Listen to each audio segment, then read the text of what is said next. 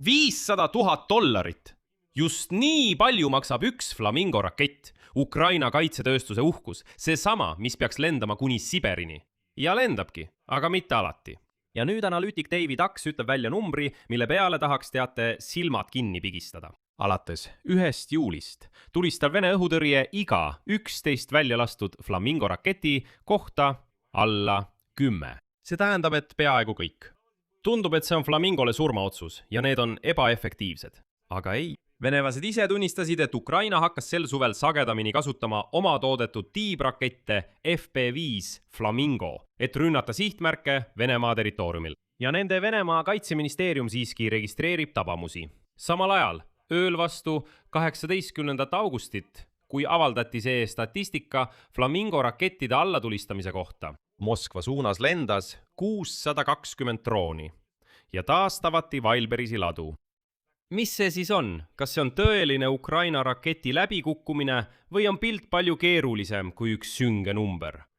Uurime selles saates ausalt, ilma roosade prillideta, aga ka teate ilma, et endale tuhka pähe raputaksime. Minu nimi on Aleksei Betši. Uurime seda teemat koos. Aga enne kui alustame, palun tellige see kanal ja pange sellele saatele like. Ja ärge unustage hiljem jätta oma kommentaari selle YouTube'i kanali toetuseks. Olen selle eest tänulik. Aitäh! Niisiis, Venemaa püüab praegu peaaegu kõik Ukraina FP5 Flamingo raketid kinni kaugmaa radarilennukite A-50 abil.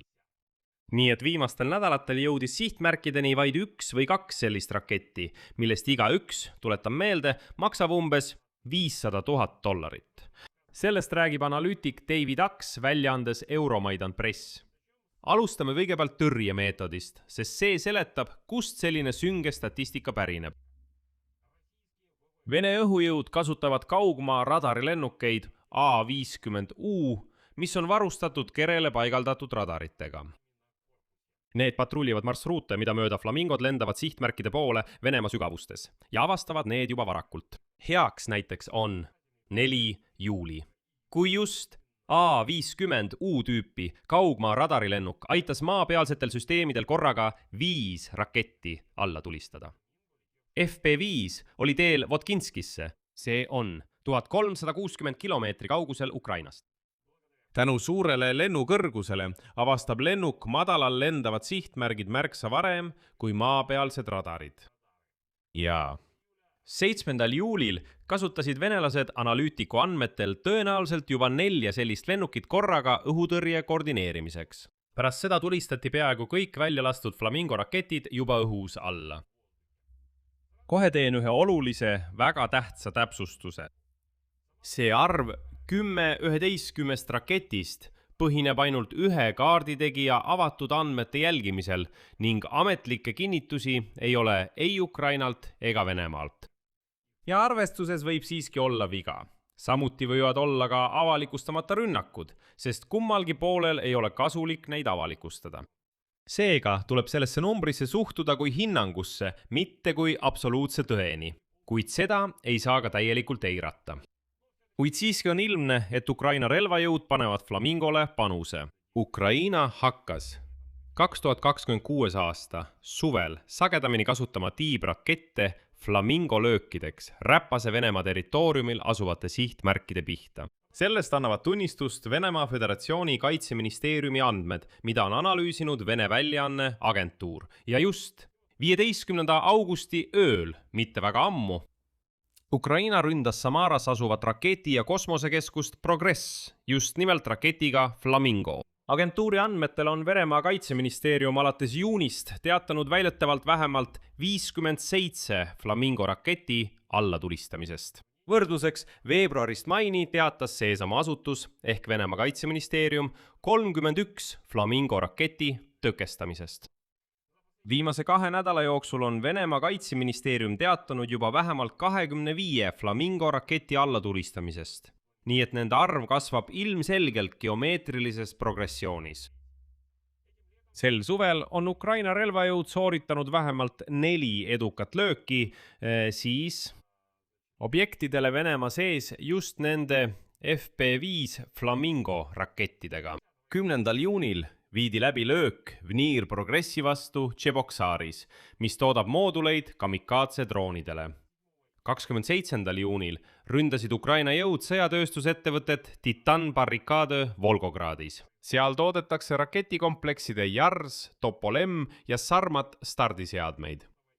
24. juulil ründas Ukraina Kirovit, kus sihikule võeti Vjatka masinatööstusettevõte Avitek.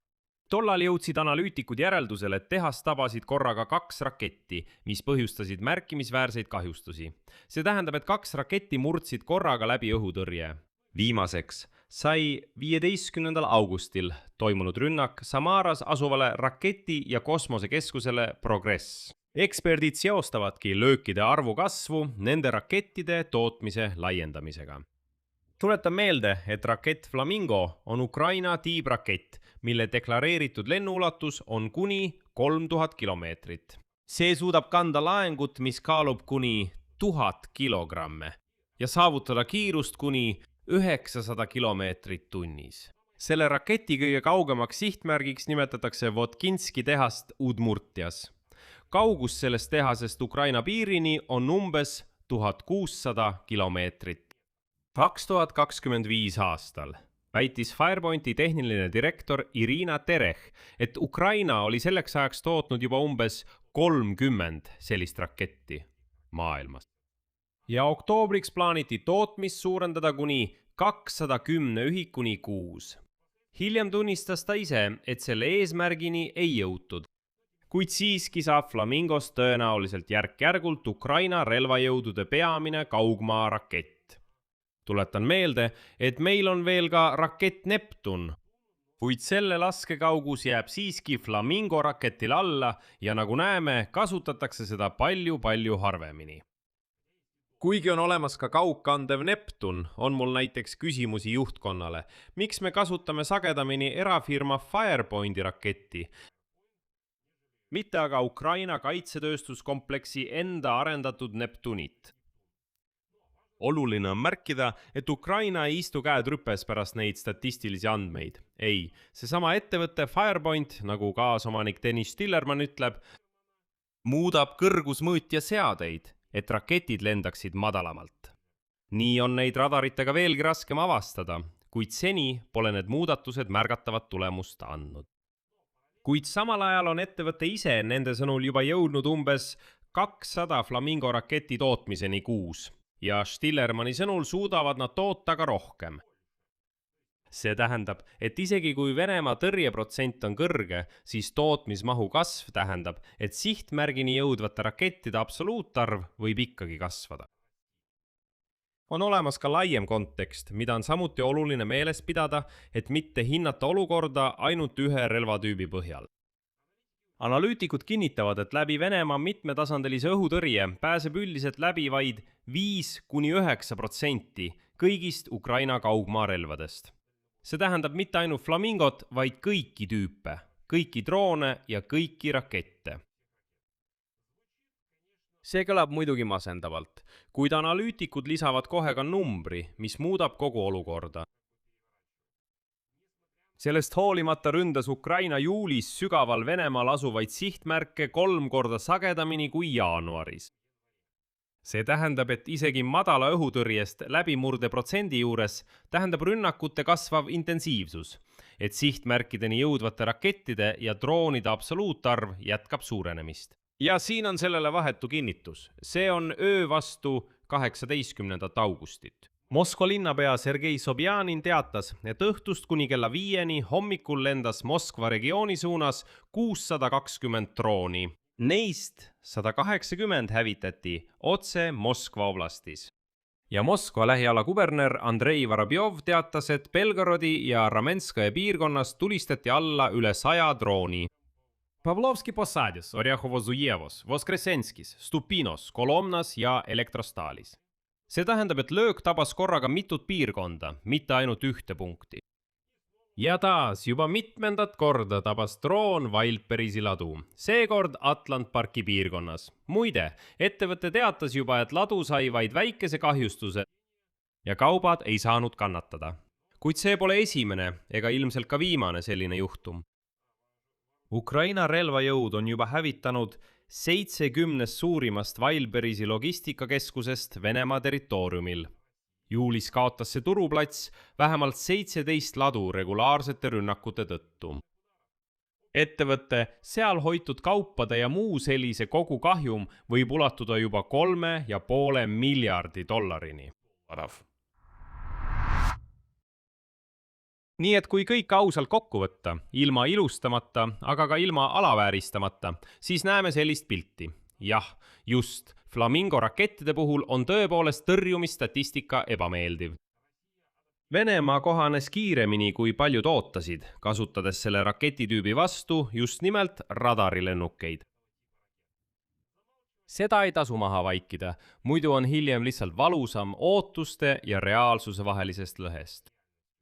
Kuid samal ajal ei saa ka teeselda, et mitte miski ei jõua kohale ja kõik on mõttetu. Ei, kinnitatud tabamused raketiga Flamingo Avitekile ja Near Progressile, kasvav tootmismaht Firepointis ja mis kõige tähtsam, üldine suundumus. See tähendab, et 3-kordistunud löökide sagedus Venemaa sügavusse aasta jooksul näitab, et kogu selle kampaania absoluutne efekt ainult kasvab. Isegi kui ühe konkreetse raketi edukate läbimurrete protsent ajutiselt langes. Ma loodan, et sinna tehakse näiteks kõrgusmõõturiga midagi või leitakse muu lahendus, mis muudab selle raketi tõhusamaks. Aga tänane öö, 620 drooni ja järjekordse tabamusega Wildberrysile ei räägi muidugi ideaalsest statistikast, vaid sellest, et sõda on Venemaal igal ööl tuntav. Ja seejuures pole üldse oluline, mitu Flamingot sel nädalal Siberisse või kuhugi mujale jõudis. See tähendab, jah, venelased praegu ilmselgelt vehivad praegu selle infoga. Just selleks, et naeruvääristada Ukraina relvi. Kuulge, olgem ausad. Venelased on metslased, kellele lihtsalt meeldib naerda. Las nad siis naeravad. Peamine on see, et nende naervate venelaste peale langeksid raketid ja droonid. Las nad läbivad õhutõrje, kuigi veel mitte nii edukalt, kui me tahaksime, aga siiski läbivad. Ja mingi osa neist jõuab siiski sinna, kuhu vaja, ja kukub otse nende metsikute pähe. Siia panen 3 punkti, teie arvamus ja järeldused kirjutage selle saate kommentaaridesse. Tellige kanal, vajutage kellukesele ja ärge unustage vajutada meeldib nuppu. Sellega on kõik, hoidke end, kõike head!